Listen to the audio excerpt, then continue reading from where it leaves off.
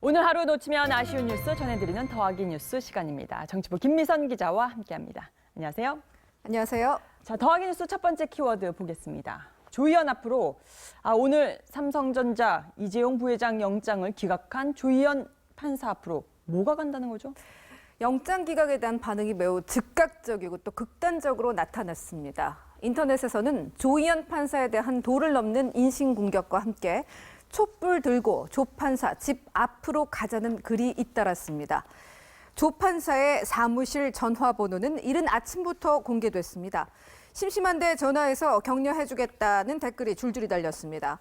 또 어떤 자리를 약속받았냐고 물을 것이다. 죽을 써서 개를 준 상황이다. 이런 글도 보이는데요. 이건 조 판사가 거액의 돈과 함께 삼성 법무팀장 자리를 약속받았다는 주장입니다. 또 삼성 장학생 출신이라는 근거 없는 마녀 사냥이 지금도 계속되고 있습니다. 조희연 판사뿐 아니라 성창호 부장판사도 동시에 맞습니다. 거론이 됐는데 이건 또 왜 그런 건가요? 성창호 판사는 내일 김기춘 실장과 또 조윤선 문화체육관광부 장관의 영장을 실질 심사합니다. 다음 화살은 바로 성 판사로 향하고 있습니다. 성 판사는 백남기 농민의 시신 부검 영장을 발부해서 논란에 휩싸인 사례가 있는데요. 일본 네티즌은 과거 판결을 공개하면서 이런 성향이면 내일 김기춘, 조윤선 구속영장도 기각할 가능성이 높으니까 이제 성 판사에 주목하자, 퇴진 운동을 하자 이런 글을 올리고 있습니다. 아니 그런데 저 정도 수위면 판사가 상당히 심리적인 압박을 느낄 것 같아요. 그렇죠. 자, 믿음이 무너진 상태에서 이렇게 판결도 신뢰할 수 없는 상황까지 온 것 같아서 매우 안타깝습니다. 지금 뭐 야권의 대선 주자들도 다들 이제 공격을 하고 있는데 이번 판결에 대해서요. 네. 하지만 이런 와중에 야권 대선 주자 중에 한 명인 안희정 지사가 사법부의 판단을 존중한다 이런 소신 발언이 참 눈에 띈다 이런 말씀 좀 전달해드리고 싶네요. 자, 다음 주제 한번 넘어가 보겠습니다. 회장님 쇼핑백에 뭐가 들었나? 구치소 나오는 이재용 부회장의 모습인데 저도 궁금했어요. 대체 뭐가 들은 겁니까? 네, 오늘 새벽에 구치소에서 나오는 이재용 삼성전자 부회장의 모습부터 다시 한번 보시겠습니다. 자, 이재용 부회장 영장 기각되고 나서 구치소를 타박타박 걸어 나왔습니다. 자, 근데 낯선 장면이 펼쳐집니다. 손에는 흰 쇼핑백이 들려 있었는데요. 구치소 문을 나온 이 회장이 가장 먼저 한 일은 이렇게 바로 쇼핑백을 삼성 상무에게 건네는 것이었습니다. 아니 근데 저렇게 획 건네는 거 보니까 중요한 서류 같은 게 들어있는 건 아닌 것 같아요. 맞습니다. 삼성 측 관계자들에게 확인한 결과 이 쇼핑백 안에는 세면 도구와 담요가 들어있는 것으로 확인이 됐습니다. 이 회장은 영장 발부를 기다리느라 구치소에 입감되면서 흉기를 몸에 지니고 있는지 몸 수색을 완전히 다 하고 또 옷도 카키색 미결수복으로 갈아입었었는데요.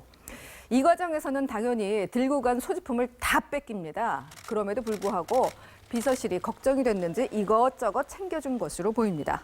우리 예전에 그 청문회 때 이재용 뭐 연필 뭐냐 뭐 이런 것까지 다 관심이었는데 혹시 저 쇼핑백 어디 건지 혹시 파악을 해보셨어요? 쇼핑백이요. 네. 잘 보면요. 저가 가방 브랜드인 키플링의 쇼핑백으로 보입니다. 재계 1위 부회장님의 쇼핑백인데 자사 로고 삼성이 딱 박혀 있는 것도 아니고 명품도 아닌 흔한 종이백이었습니다. 자, 이 회장은 오늘 사옥에서 직원들을 만나 처음 경험해보는 낯선 상황이었다고 했는데 이런 종이백을 든 것도 포함된 것 같습니다. 그렇죠. 요즘 뭐 옆에 있는 비서진들이 다 종이백 같은 건 들었을 테니까요. 자, 세 번째 키워드 한번 보겠습니다. 자, 집안 최고의 브레인, 혹시 조카 장시호 씨를 말하는 건가요? 맞습니다.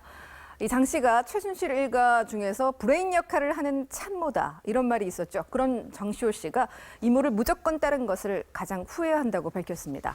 장 씨 변호인의 최초 인터뷰 먼저 잠시 들어보시죠. 정말 많이 후회하고 정말 있고요. 많이. 쫓겨나다가도 좀 울기도 하고 이러는데 네, 이 장 씨가 제주도에 있다가 이모를 도와준다면서 올라왔는데요. 가능하면 이때로 시간을 돌리고 싶다고 할 정도로 후회를 한다는 겁니다. 변호인은 또 장 씨의 모성애도 강조했습니다. 장 씨가 아들 이름만 나와도 울고 하도 우는 바람에 조사도 못하고 법정에서 사복 입은 것 역시 아들 때문이라고 밝혔습니다. 근데 이렇게 장 씨처럼 이렇게 모성애를 강조하는 것도 형량에 좀 영향을 미치나요? 맞습니다. 법조계에서는요, 장 씨는 다른 국정농단 관련자들보다는 형량이 낮을 것으로 판단된다 이런 말이 나옵니다. 한 법조 관계자는 수사에 적극 협조하는 가운데 모정이 함께 작용해서 이 형량을 낮춰보려는 계산이 깔려 있는 것이라고 분석했습니다.